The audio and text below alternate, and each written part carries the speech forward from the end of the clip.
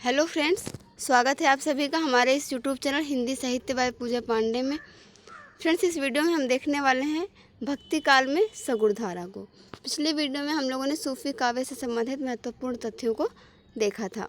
उससे पहले भी एक वीडियो मैंने जिसमें हिंदी पद्य से संबंधित महत्वपूर्ण प्रश्न करवाए थे, उसमें एक मिस्टेक थी। जो कबीर परिचय के लेखक हैं वो अनंत दास जी हैं। उसके बाद हम इसमें देखते हैं सगुण धारा से संबंधित महत्वपूर्ण तथ्यों को। फिर नेक्स्ट वीडियो में हम देखेंगे हिंदी साहित्य के इतिहास के भक्ति काल से संबंधित महत्वपूर्ण वस्तुनिष्ठ प्रश्नों को।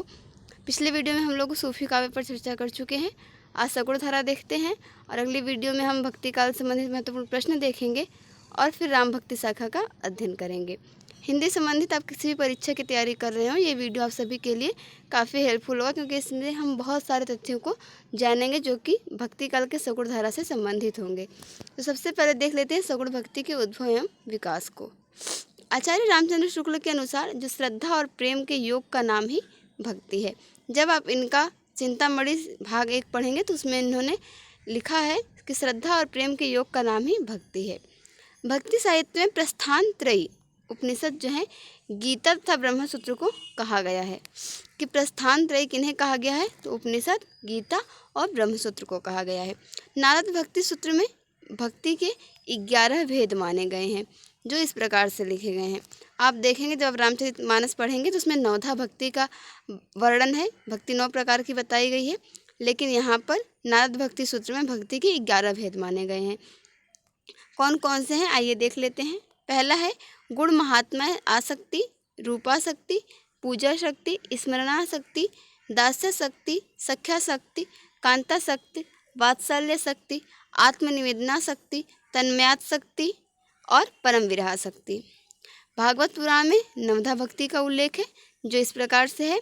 पहली है श्रवण यानी सुनकर, दूसरा है कीर्तन, तीसरा स्मरण, चौथा पाद सेवन इन पैरों की सेवा करना, पांचवा अर्चन, छठा वंदन, सातवां है दास्य, आठवां सख्य और नौवां है आत्म निवेदन। तो इस प्रकार से भागवत पुराण में कुल नवधा भक्ति का उल्लेख है। उसके बाद हम देखें तो वैष्णव धर्म में सर्वप्रथम भागवत धर्म आता है। भागवत धर्म के बाद क्रमशः सात्वत, पंचरात्र और फिर नारायणी धर्म का उदय होता है। आगे हम जो है धर्म के विभिन्न संप्रदायों और उनके प्रवर्तक के बारे में भी चर्चा करेंगे। 5 रात्र में रात्र शब्द का अर्थ होता है अर्थ ज्ञान, परम तत्व, मुक्ति, भुक्ति, योग तथा विषय, संसार। इन पंचविध ज्ञान वचन को 5 रात्र धर्म कहते हैं। कौन कौन से हैं आप इन्हें याद कर लें। परम तत्व, मुक्ति, भुक्ति, योग तथा विषय। विषय को ही संसार भी कहा जाता है। आइए आगे देखते हैं। बात करें वैष्णव भक्ति की, तो वैष्णव भक्ति का उदय जो है वो दक्षिण भारत में हुआ। दक्षिण भारत से ही सगुण भक्ति की उत्पत्ति स्वीकार की जाती है। और वैष्णव भक्ति का जो आधार है वो भागवत महापुराण को माना जाता है। और इसके जो सबसे प्रथम आचार्य आदि आचार्य हैं वो रामानुजाचार्य माने जाते हैं। वैष्णव भक्ति में कुछ अलग अलग संप्रदाय चले हैं, उनके आचार्य और दर्शन हैं। तो आइए हम संप्रदाय देखते हैं, प्रवर्तक देखते हैं और उनका दर्शन देखते हैं कि कौन सा विशेष दर्शन रहा है। बाकी जन्म मृत्यु का संजय इतना परीक्षा में नहीं पूछा जाता है, आप अपनी जानकारी के लिए यहाँ से देख सकते हैं। पहले है श्री संप्रदाय। तो श्री संप्रदाय के प्रवर्तक हैं रामानुजाचार्य, जिनका दर्शन जो है विशिष्ट अद्वैतवाद का है और उनका जन्म स्थान कांचीपुरम में दक्षिण भारत में माना जाता है। दूसरा संप्रदाय है ब्रह्म संप्रदाय। ब्रह्म संप्रदाय के प्रवर्तक आचार्य हैं मध्वाचार्य। इनका दर्शन द्वैतवाद है और इनका जन्म स्थान बेलीग्राम में है। उसके बाद है आपके रुद्र संप्रदाय। तो रुद्र संप्रदाय के जो प्रवर्तक आचार्य माने जाते हैं वो हैं विष्णु स्वामी। इनका दर्शन भी शुद्धाद्वैतवाद है। उसके बाद एक और संप्रदाय आता है सनकादि। तो सनकादि संप्रदाय के प्रवर्तक हैं निम्बार्काचार्य। इनका दर्शन द्वैताद्वैतवाद का है और इनके गुरु नारद मुनि रह चुके हैं। इनका जन्म स्थान वेल्लरी जिला में निम्बापुर में माना जाता है। अगला संप्रदाय है रुद्र संप्रदाय। ये सभी संप्रदाय जो आप अध्ययन कर रहे हैं ये आपके वैष्णव भक्ति के अंतर्गत ही आते हैं। तो रुद्र संप्रदाय के प्रवर्तक वल्लभाचार्य हैं। इनके गुरु हैं विष्णु स्वामी और इनका दर्शन है शुद्धाद्वैत। आइए आगे देखते हैं। रुद्र संप्रदाय के आदि प्रवर्तक विष्णु स्वामी हैं, किंतु कई विद्वान जो है इसका प्रवर्तक वल्लभाचार्य को भी मानते हैं। दक्षिण भारत के वैष्णव भक्तों को आलवार कहते हैं। आलवारों ने कृष्ण और राम दोनों की आराधना की है। आलवारों का संबंध किस राज्य से है? कभी कभी परीक्षा में प्रश्न भी पूछा जाता है, तो आप यहाँ से ध्यान से याद कर लें कि आलवारों का संबंध दक्षिण भारत के केरल प्रांत से था और इनकी संख्या कुल 12 है, जो कि यहाँ पे नीचे आप देख रहे हैं लिखी गई हैं। कि इनके तमिल नाम दिए गए हैं और एक तरफ इनके संस्कृत नाम दिए गए हैं। इनमें से आप चाहें तो इसे स्क्रीनशॉट लेकर या वीडियो को पॉज करके आप यहाँ से इसे लिख सकते हैं, लिख कर रख सकते हैं। कि तमिल नाम इनके इस प्रकार से हैं। 12 जो आलवार संत हैं, मोइगे आलवार जिनका संस्कृत नाम सरोयोगिन है। दूसरे हैं भूतांता तालवार जिनका संस्कृत नाम भूत योगिन है। तीसरे हैं पैयालवार जिनका संस्कृत नाम मयोयोगिन या भ्रांति योगिन है। इस प्रकार से कुल 12 आलवार संतों के नाम यहाँ पर दिए गए हैं। आलवार संतों में सबसे लोकप्रिय कहें तो सठकोप थे। सठकोपाचार्य जिनका कि तमिल नाम नम्मालवार है। इन्होंने कुल 5 पुस्तकों की रचना की है, जिसके नाम इस प्रकार से हैं, नीचे लिखा हुआ है। तिरुवायमूली, तिरुविरुतम, तिरुवर्ग सरियम, पेरियति रुवंदादि और लास्ट है सहस्त्र गीति। ये जो हैं आलवार संतों में सबसे लोकप्रिय थे सठकोप, और इनके ये 5 पुस्तकों के नाम दिए गए हैं। एक बार फिर से देख लेते हैं। पहली पुस्तक का नाम है तिरुवायमूली, दूसरी है तिरुविरुतम, तीसरी है तिरुवर्ग सरियम, चौथी पेरियति रुवंदादि, 5वीं है सहस्त्रगीति।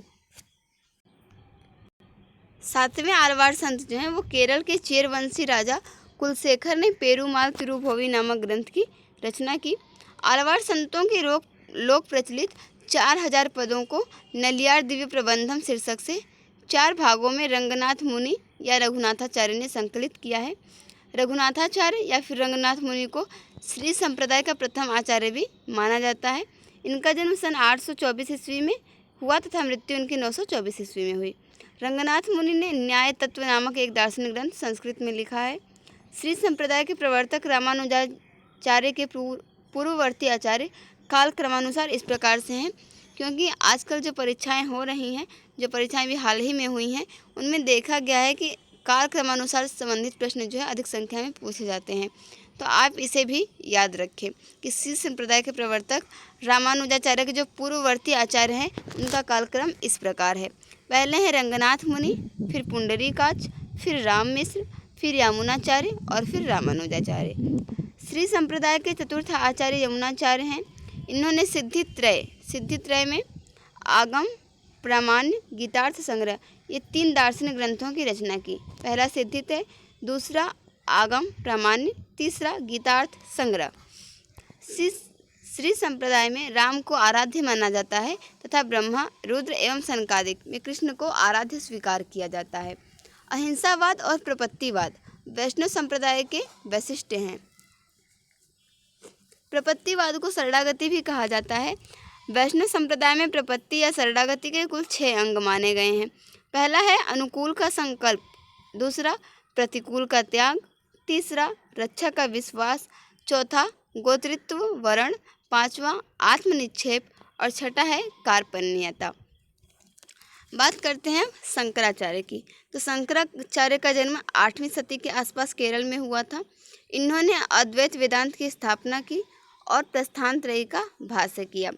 शंकराचार्य के गुरु का नाम गोविंद योगी था। शंकराचार्य ने स्मार्त संप्रदाय का प्रवर्तन किया जो पंचदेवोपासना पर आधारित है। कुछ विद्वान जो है शंकराचार्य को प्रच्छन्न बौद्ध भी कहते हैं, क्योंकि इनके गुरु के गुरु गौड़पाद बौद्ध थे। दक्षिण के जो शैव भक्त थे उन्हें नयनार कहा जाता है, जिनकी संख्या 63 बताई जाती है। अभी आपने ऊपर अध्ययन किया कि आलवार भक्तों की संख्या कितनी है, 12 है, और नयनार भक्तों की संख्या कितनी है, 63 है। दक्षिण के आलवार संतों की भाषा जो थी वो तमिल थी। आपने उनके तमिल में और संस्कृत में नाम भी देखे। आलवारों में प्रसिद्ध एकमात्र महिला आंदाल गोदा को दक्षिण की मीरा कहा जाता है। ये मोस्ट इम्पॉर्टेंट पॉइंट है, आप इसे भी नोट कर लें कि दक्षिण की मीरा किसे कहा जाता है। तो दक्षिण की मीरा महिला आंदाल या फिर गोदा को कहा जाता है, जो कि एक आलवार संत थी। तो फ्रेंड्स, इस वीडियो में आपने सगुड़ धारा से संबंधित महत्वपूर्ण तथ्यों को देखा। अगली वीडियो में हम बात करेंगे राम भक्ति शाखा की, और उससे भी पहले हम देखेंगे भक्ति काल के महत्वपूर्ण वस्तुनिष्ठ प्रश्नों को। तो फ्रेंड्स मुझे उम्मीद है कि आपकी MRS की TGT PGT की तैयारी अच्छी चल रही होगी। बाकी जो मैं ये बुक पढ़ा रही हूँ आपको, सरस्वती पांडे गोविंद पांडे की, ये आपके किसी भी परीक्षा के लिए, जो हिंदी संबंधी परीक्षाएँ हैं सभी के लिए काफ़ी उपयोगी है, आप इसे देख सकते हैं। ठीक है फ्रेंड्स, मिलते हैं नेक्स्ट वीडियो में नए टॉपिक के साथ। Thank you for watching this video.